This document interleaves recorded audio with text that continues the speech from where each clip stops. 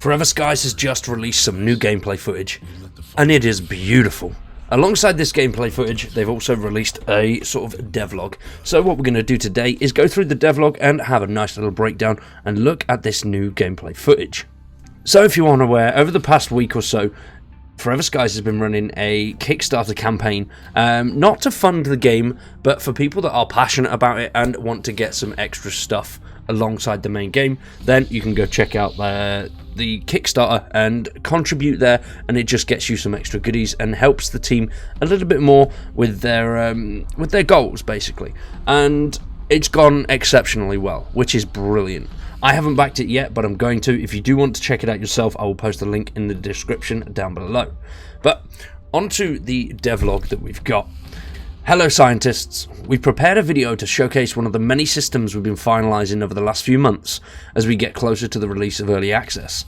We are planning to release a few more of these videos, but for now, a rundown of the research station. For those that haven't seen, the backers edition on Kickstarter has reached 100%, so a massive thank you to everyone that has helped us reach the goal.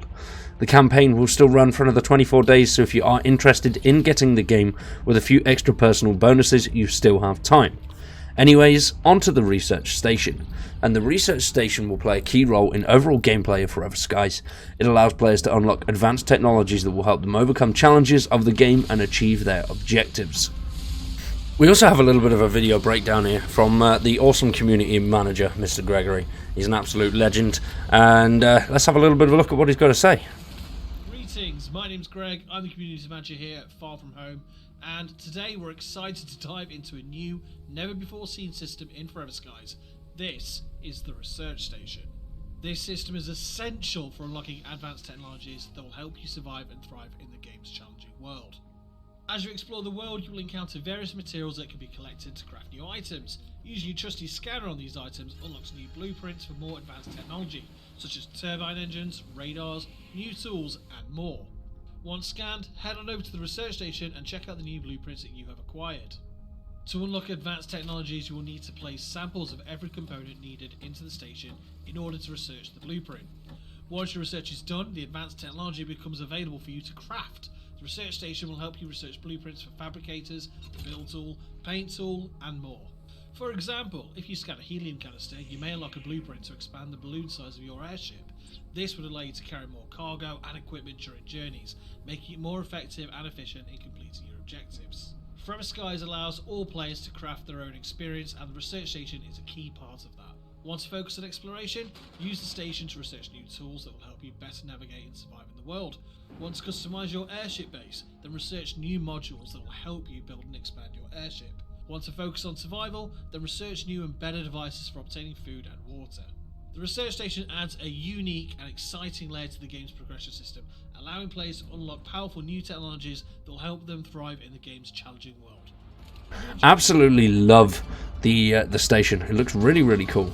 And at its core, the research station system is all about collecting blueprints for new tools, devices, airship modules, and more.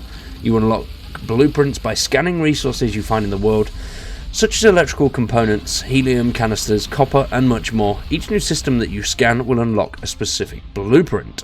So basically, we are going to be going out there, finding all of these new blueprints through breaking down other materials, which is really quite cool. I like that idea. You're not just going to come across something and then, oh wow, that's cool, we can now build that. No, you'll have to come across some key components, or specifically the item that's being built, which is really interesting. I do like the way they've done that. Your PDA will also keep track of what materials you need to scan to unlock further blueprints, which materials you've already scanned, and in what location or biome the items can be found. For example, some materials like glass can be found in multiple locations, but items like helium can only be found at wind farms.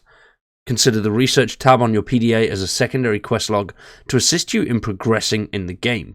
The research blueprints for advanced technology, you must collect samples of components needed and place them into the research station. The research progress is shown by the progress bar underneath each blueprint and the colour of the text. Red will mean that you have none of the required components, white will mean that you have some, and green that will mean that you have all. Once research is finished and the blueprint is unlocked, the advanced technology will now be available to craft. The research station system will allow players to craft their own experience in the game. If you wish to focus on exploration, then use the station to research new tools that will help you better navigate and survive in the world. If you want to customize your base, you can research modules that will help you build and expand the airship. And if you wish to focus on survival, you can research new and better devices for obtaining food and water. Which, I love that. It's basically given you separate pathways to actually play and progress in the actual storyline in the main game, which is brilliant. It's so much more fun than just, oh, here's this, research this, and this will help you not just guide your way through the world, but it's going to get you more food, it's going to get you this. Whereas now we'll have to go down a specific pathway to do each of those things. So to improve our, obviously, food and water, we're going to have to research items that do that.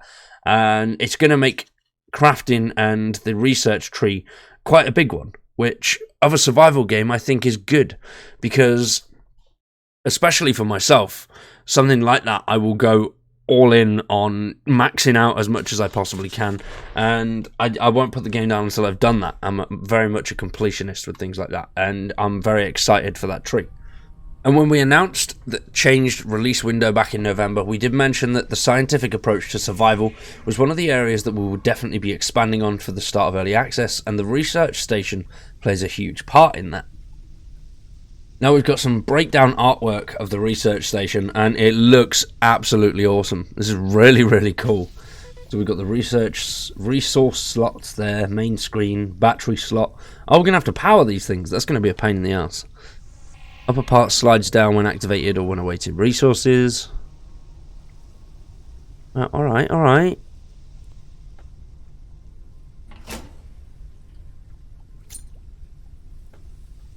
Oh, okay, so we can add resource slots later on. The pistons will move in and out in a similar way to engine pistons. That's going to be cool. Nice, I like that. That looks really smart. It looks very intricate. Very, very intricate, which is quite cool. Especially considering like all these pistons will be moving and stuff as well. That's going to look awesome. I wonder if we'll have some sort of animations on the screen. I think that'd be really cool, like a sort of DNA sequence rolling through. I think that'd look really, really smart. So that is really, really cool. I'm very excited to see how this is going to progress.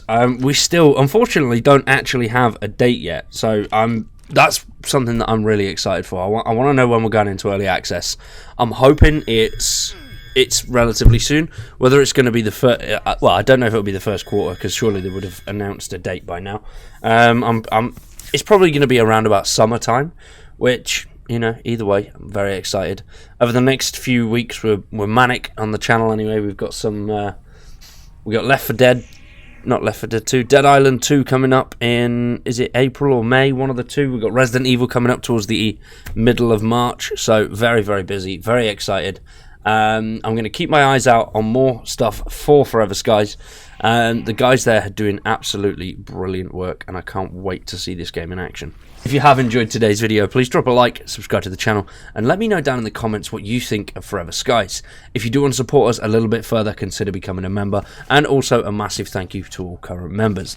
I will be starting to do shout outs for all members over the next couple of weeks, so a massive thank you to everybody for that, and we'll do little end cards for it. I've been Wired, you guys have been awesome, thanks for watching, and we'll see you in the next one.